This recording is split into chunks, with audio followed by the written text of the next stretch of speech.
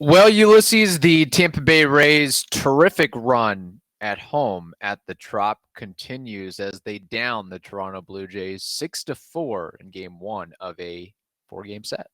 Maybe tensions got a little bit too high there in the ninth, but the Rays get the W. So let's talk about that and maybe a little bit Stadium Saga talk. Let's do that right now. You are Locked On Rays, your daily Tampa Bay Rays podcast, part of the Locked On Podcast Network, your team every day. Hello, my name is Kevin Weiss. I'm Ulises Sambrano. And we're the host of the Locked On Rays podcast, part of the Locked On Podcast Network. Thank you for making us your very first listen every day. Be sure to check out and subscribe to our YouTube channel at Locked On Rays, as well as all the other podcasting platforms. You can also find us on Twitter and Instagram at Locked On Rays, and email us anytime if you want a mailbag question discussed, lockedonrays@gmail.com. We love the voice memos as well if you want to send them there. Well, as we mentioned, the Rays take down the Blue Jays by a score of 6-4. And Ulysses, as you mentioned, things get a little hairy in the ninth. I think we should probably just be resigned to the fact that whenever the bullpen is going to be involved, quirky, crazy things can happen. Your blood pressure is going to rise. You might see some gray hairs before the end of the night, but ultimately the Rays got the dub. Yeah, I was trying to remember the last time I didn't feel confident about the Rays bullpen. I can't remember. I mean, I'm maybe Dana Eveland times, Annie Been a while. Romero. The Rays have Time? kind of been the masterminds of putting together solid, impressive bullpens, and at least through late May, that appears to not be the case. Yeah, again, they're always going to be acquiring new pitchers, so that's good. They're trying new things. I don't think that big name is going to come because that big name is going to cost you Manzardo, Mead, Bradley, the big names, and I don't think the Rays want to part with them, and I wouldn't want to part with them either. But it does seem like if the answer is not going to be acquiring a high leverage guy, then you need to kind of solidify that middle relief bullpen to kind of not get ulcers in the eighth and ninth inning. But regardless, the victory, I want to focus on Josh Fleming, and we can talk about other guys, but I want to start at least with Josh Fleming. He came in with no expectations whatsoever, and the expectations, if anything, were not going to be fantastic. If you look at the depth chart, he didn't even crack number 6 in the beginning. Of course, with injuries and all that, he has gotten the ball 11 times on the mound. Only 3 blowups, Kevin. Only 3 blowups against the Nationals, where he went 3 innings and allowed 5 runs. Against the Toronto Blue Jays, the first time, 3 1/3, allowing 2 runs. And then his last blowup was against the Yankees, where he went 5 innings, allowing 6 runs. That's it, though. 11 times and only 3 big blowups. The rest of the time, he's given the team a chance to win. Especially, like, I remember that Astros outing was around either 5 or 6 innings of scoreless baseball. 6 innings. So again, yesterday, 6 innings, 2 earned runs, 5 hits allowed, only 1 walk. He's given the team a chance to win, and that's all you can ask for a guy that, again, didn't even crack the depth charts at number 6, man. Yeah, I'm glad you mentioned that. Credit to Trevor Kelly and then Josh Fleming after that. I mean, if you looked at this series, this 4-game set, and you say Chris Bassitt going up against an opener situation, that's probably one that the Rays may slide or may have the worst chance to come out on top. And that wasn't the case by any means. So that was huge for Fleming to get those 6 and for Kelly to get those 2 as well. And against a guy like Chris Bassitt, who entered this contest with 27 scoreless innings, and the Rays got to him. They got to him early. They put the pedal down. They were aggressive with the legs and in other avenues. And we saw too with getting ahead in counts or getting to full counts. If there's one issue with Chris Bassitt, it's he has trouble putting away hitters or striking out hitters. And if you look at his career, I mean, with full counts anyways, it's like a 440 on base percentage. So the Rays certainly were deliberate and smart about how to attack and figure out Chris Bassitt. And they rolled from there. It was a team effort from Randy Arozarena to Wander Franco to Jose Sirí to Luke Raley to Francisco Mejia to Isaac Paredes. It was, all hands on deck, if you will. Yeah, the offense was definitely alive yesterday. Good to see because Chris Bassitt was coming hot before the start. I am impressed, man, about Jose Sirí still coming up with the power, man. He 417 feet to center in one of the toughest parts to hit a home run on a full count, which is funny. I thought that would be the most impressive or the most eye-opening, eye-catching home run of the game. It was probably Dalton Varshall's off Littell that, he hits it past the Rays tank. I'm going to ignore that for now, but Jose Sirí, what he has been able to do, again, it's kind of fitting that he has a big showing with KK returning in another uniform. Yeah, no, again, so you're playing with a chip on your shoulder, right? You're a human being. Their emotions are there. And again, KK did show off his arm as well on the game too. But look, with Sirí, it's very telling how much confidence he has this season. The numbers, he's already surpassing again. Like, if this sounds like deja vu with a lot of race players, is because it is. Like, look at the schedule, or on 40 games or so played, not even more, 35 and 14. That's 49 games. So they've played 49 games, and a lot of these players are already, at least home run wise, they're already there, one shy of what they did last season. Yeah. Series are around 7, and he was in the 15-day IL, man. So, like, I mean, the power stroke is there for all of them, for Harold, for Taylor Walls, for Jose Sirí, for Josh Lowe, for Luke Raley. I mean, Randy Arozarena, Yandy Diaz. I mean, you got to go up and down the bullpen. If anything, there's like 2 guys that are really not giving you power, Manuel Margot and Francisco Mejia. And guess what? That doesn't matter because you're not expecting power from any of those 2 guys. So it's fantastic how leveraged he can be. And when he's a little bit wild on the swing sometimes, Jose is, but when he connects, the ball's going to go so long. And you put that together with the fact that he is one of the most dynamic base runners, not that this league has, but that the Rays have ever had on their team. The 2020 conversation is definitely real for him. Yeah, it's amazing. I would not have guessed or put a prop bet on the fact that this late into the 2023 campaign that Jose Sirí would have more home runs than stolen bases, but that's the case thus far. He has 7 homers compared to 4 stolen bases. And I'm going to bring it up again, the amazing athlete that he is. 92nd percentile in max exit velo, 99th percentile in sprint speed, 98th percentile in arm strength, 83rd percentile in outs above average. And if you look at his spray chart this season, he's got a lot of home runs to center, straightaway center, or toughest parts of the ballpark to hit a home run. So he is really a treat to see for sure.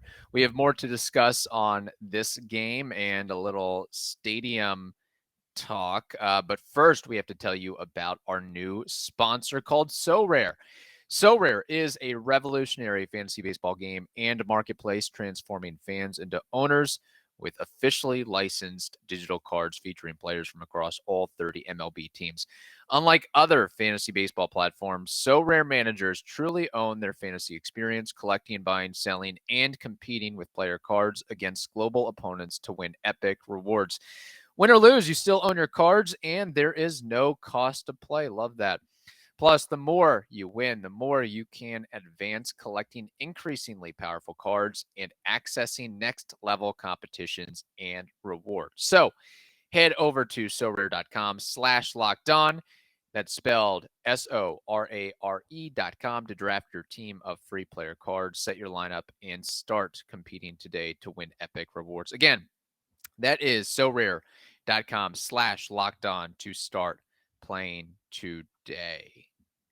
So we mentioned Jose Sirí, and we kind of tied it in with Kevin Kiermaier, but I got to be honest, it was fun and enjoyable to see KK back in the Trop, albeit in a different uniform. And I know I've made a lot of jokes and digs at KK over the years for the inability to stay healthy and thus and so forth. But I really am happy that he has found new life seemingly and new footing with he has that repaired hip. He's gotten his vision under control with corrective lenses and contacts. I think the sense of being wanted and a new opportunity, a new challenge kind of drives him a little bit. So, and he's got some motivation on his side on a 1-year deal that he's, maybe playing for that next contract. But, I am perfectly satisfied and happy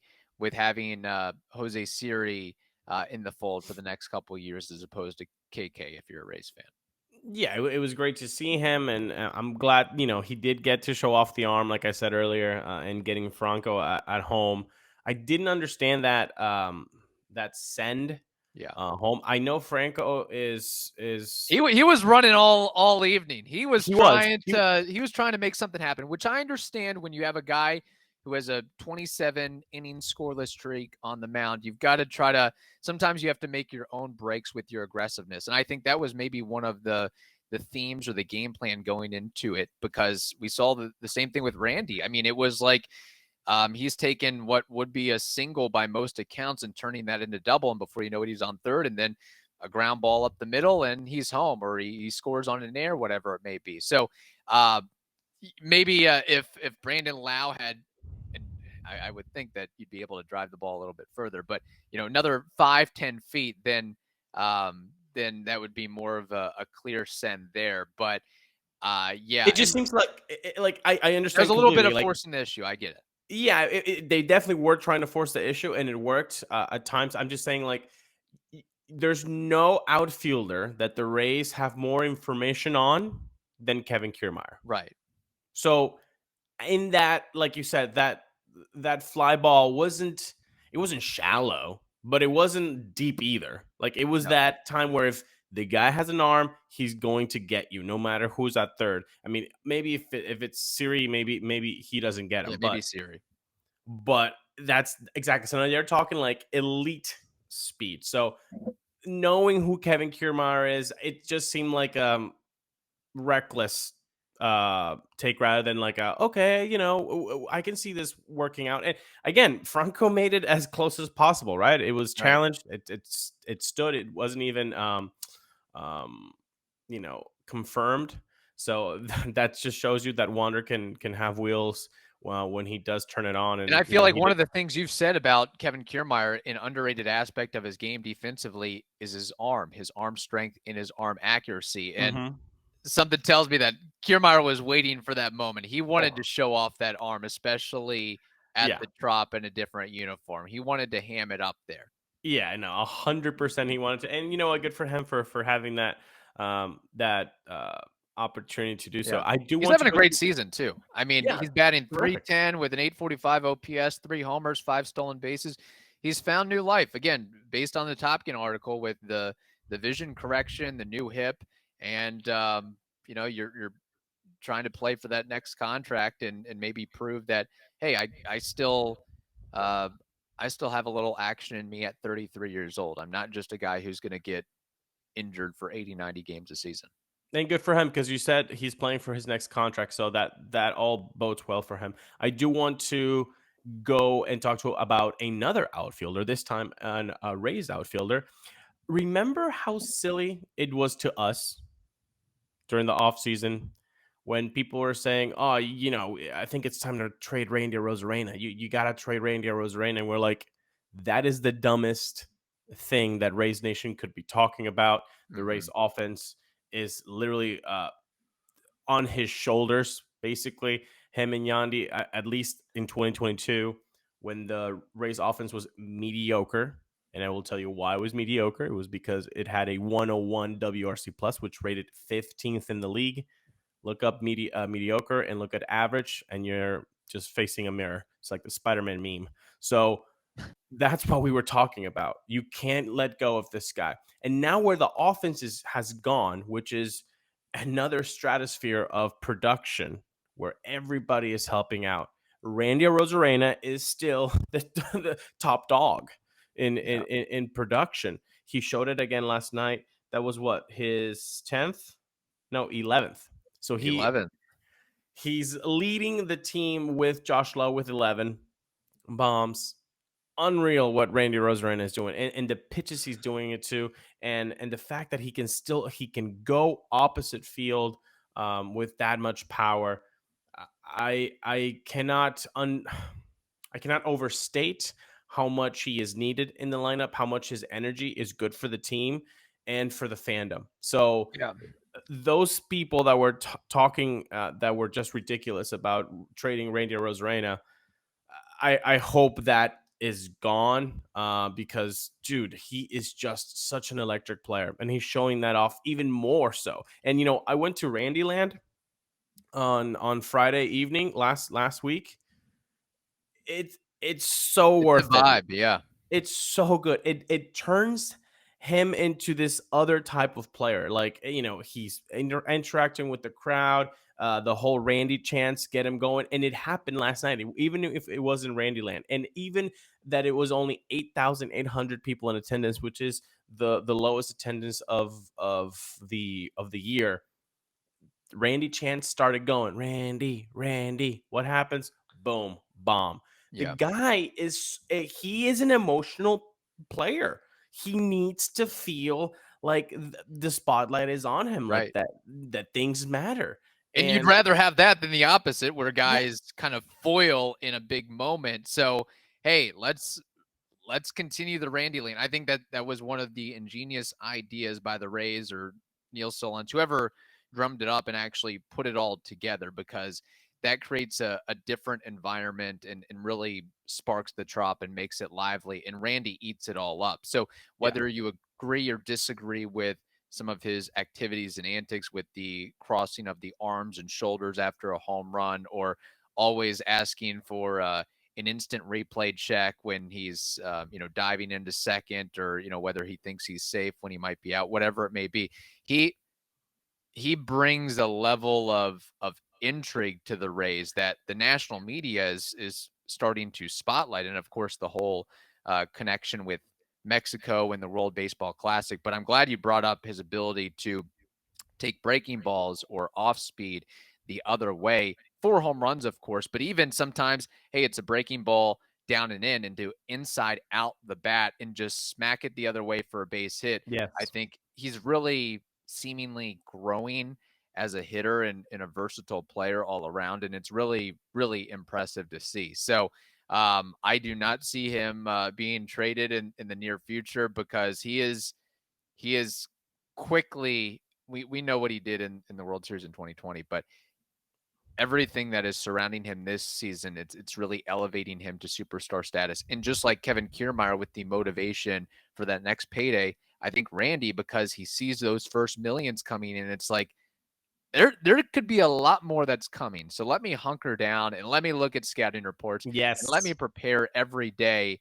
And let me prove that I'm deserving of a big contract, or I'm deserving of a team to really invest in me, because I'm going to put the work in. I'm going to do the best I can to be the best player I can. That I'm not just going to wake up every day and rely on my talent. I'm going to be more cerebral about the game, and you see the effects of that. Yeah, and you know what? That sometimes takes a little bit more time. And he's a young guy. I know he's not the youngest, of course he's not, but he's still young, and at least young in the league. And so it takes a couple years to just really understand what type of preparation you need to do physically, mentally, emotionally before a game. The grind of 162 games, it will take time. Just like any job, you need to kind of get your feet under you. And well, now he understands, hey, maybe I I don't just go hacking up there. Maybe I do need to read scouting reports and at least know what the guy's pitching. I might not need to know, what he does at 2-2, 1-2, 0-3, all the counts. I don't need to know the horizontal or vertical break, I'd just the bare minimum of what does he throw and what does he throw the most. Yes. That can really help him out. And it's shown. Yeah. And I think that pretty much everybody else on the roster and the lineup being successful or contributing makes his job easier. Him being successful makes other guys easier. It's like a Ponzi scheme of good lineups. I don't know how to explain it, but everybody else is, a rising tide lifts all boats is the cliche to put together. And that was a great point you made about, hey, got to give guys time to understand their routine and figure out what works for them. Same thing with Wander Franco, same thing with Taylor Walls, same thing with so many other players, because this is the Rays where they're calling up rookies, they're calling up young players, and it's going to one thing that we've been told is there's never been a larger disparity in talent, in ability, in adjustment from AAA to the majors. So it might take that Curtis Mead or that Kyle Manzardo or that whoever 300, 400, 500, 600, 700 at-bats to really find themselves, if you will.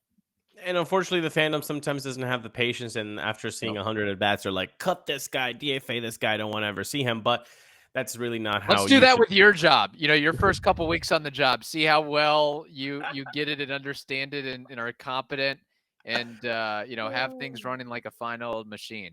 You're going to get people angry, man. Here. You're going to get people angry in the comments, be like, how dare you say that to me, Kevin? But no, really, you have to be patient with people. And especially the Rays are going to have young players. So you're going to have to be a little bit even more conscientious of that. And if you want to be conscientious of where you get your tickets, guess what? You got to download Game Time. You got to download it right now. It is the fastest growing ticketing app in the country for a reason. Guess what? Before you even buy the tickets, you get images of the seats that you are interested in, so you know exactly what to expect when you arrive at that basketball game, at that baseball game, at that concert, comedy, theater, whatever it is that you're buying tickets for. And you can do it in a matter of seconds. 2 taps and you're set. Tickets are sent directly to your phone, and you never have to dig through your email. So you can snag those tickets without the stress with Game Time. Download the Game Time app, create an account, and use code LOCKEDONMLB for $20 off your first purchase. Terms apply. Again, create an account and redeem code LOCKEDONMLB for $20 off.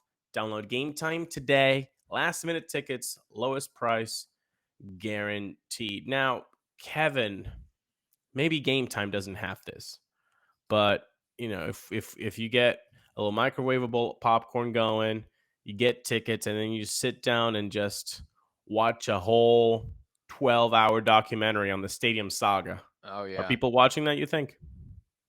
I think people would eat it all up, because as much as people complain about the stadium debate and the stadium saga and everything that has gone on since, 2008, the last 15 plus years or so, people will still keep calling, keep commenting, and keep being intrigued by it one way or the other. What I've learned is that whenever sports talk radio talks about or brings up it's like an evergreen. Whenever they bring up the Rays Stadium issue, a flood of calls. Like, they have no issue getting calls. So there's obviously a contingent that is always going to be triggered one way or the other by it. So, are you saying that we're going to get a flooding of comments on this video on YouTube saying blah blah on the stadium saga, you think? Depends on how you label it and put the description in. All I know is that I didn't pay too much mind or attention to the report that Ken Rosenthal drummed up for the Athletics that potential buyers for the Rays have emerged and prospective owners would like to move the franchise out of Florida. And then we also learned that one potential local buyer is Dan Doyle, who is the CEO of Dex Imaging, which actually as long as they've been a sponsor of the Rays, I really didn't have an understanding of what Dex Imaging did or provide, but now I do. And looking that up, copiers, printers, all that stuff. And then I guess Stu Sternberg and the team had to respond that he has no eyes or iterations on selling the Rays. So I don't know what to make of this story, quite frankly. I don't even know if I care at this point. As long as I don't care who the owner is, I'm getting to that point. As long as the Rays are playing in the Tampa Bay area. I've even moved on from the fact of they're probably going to wind up in St. Petersburg. And you know what? I'm okay with that after all that the fan base has gone through with the split city scenario and all that.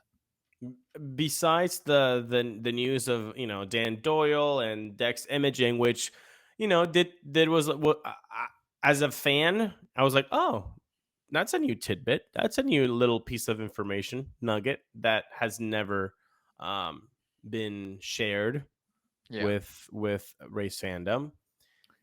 Besides that point, it was this. And if if you're on YouTube, you can see what I'm doing. You're holding a burger? I don't know. I'm holding a nothing burger. Oh, okay. Nothing burger. Yeah, there we go. It was a nothing burger. It was nothing. It's the same tired, machine. I mean, what billionaire wouldn't want to buy a pro sports team? Exactly. And oh, wait. And again, if you are an OG listener, you know that we have we had David Sampson on this show, and we talked extensively about stadium issues, especially because he went through them with the Miami Marlins / Florida Marlins. First of all, there's no way that you are going to be selling your team before you're going to get an influx of value when you get a new stadium so close. That would be like one of the worst business decisions ever. And I think we can all agree that Stu Sternberg does good business. Right. Okay.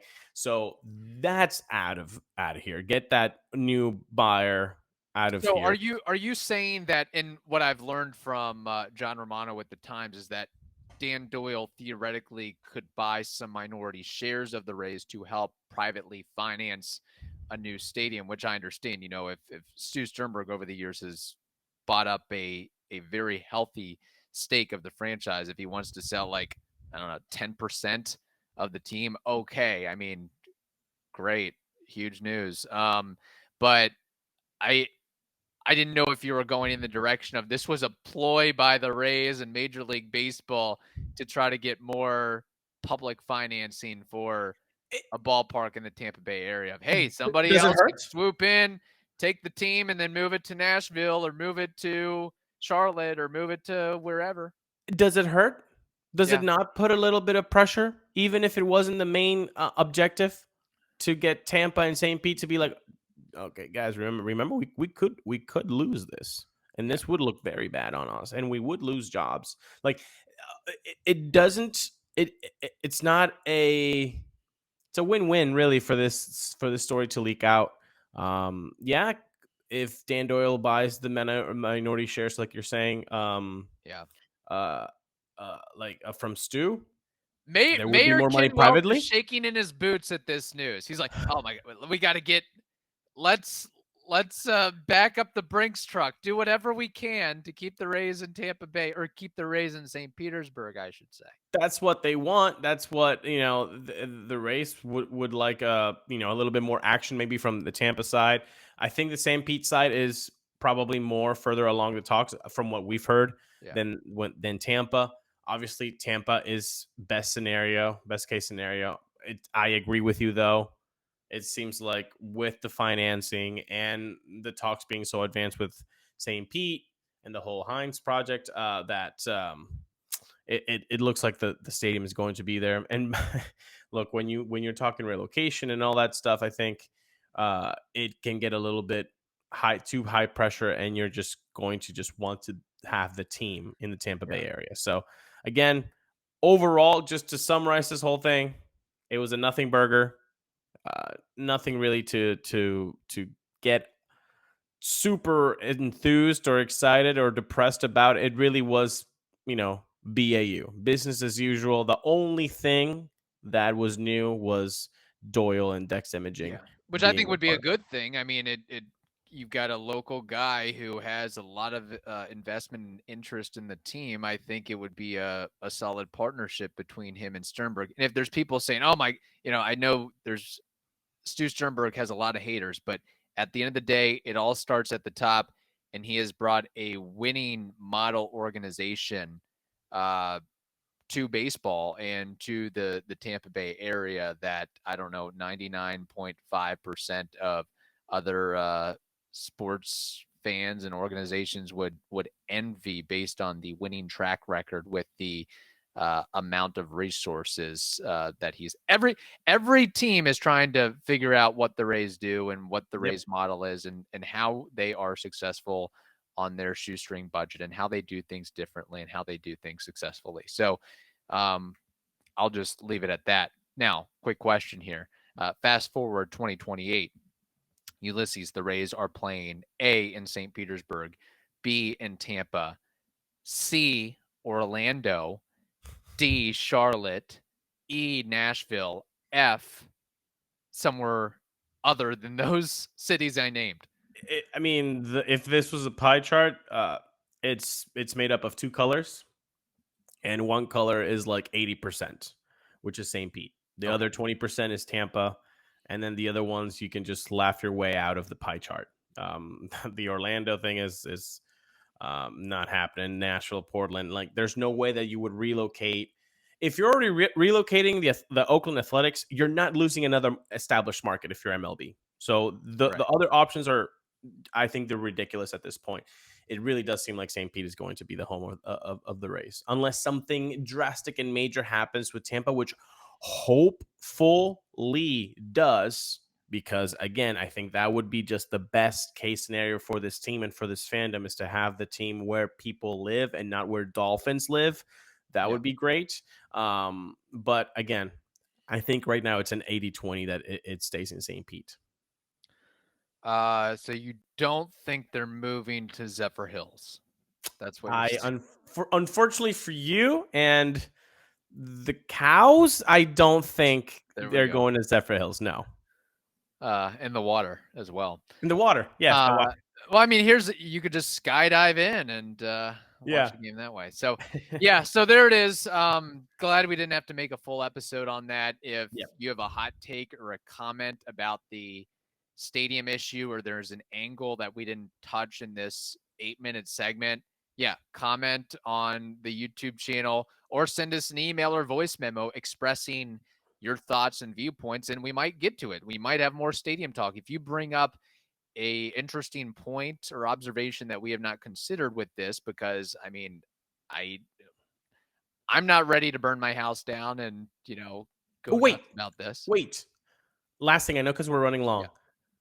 If you're an architect, civil engineer, lawyer, anything that would kind of give a little bit more in-depth discourse to the stadium saga, please send us a voice memo. Please do. That would be nice. Very much appreciated. All right. Thank you for making the Locked On Rays podcast your very first listen every day. Now make your second listen, the Locked On Rays podcast. Listen to us. Keep listening to us. All joking aside, did a crossover with the Locked On Blue Jays host, Craig Ballard. That's been a revolving door. He's had like 6 hosts in the last 3 years. But he's a good guy. If you want to check out the Blue Jays perspective on the Rays series, you can go listen to him as well. In the meantime, hope you all have a wonderful day. Stay safe, and we will talk to you tomorrow.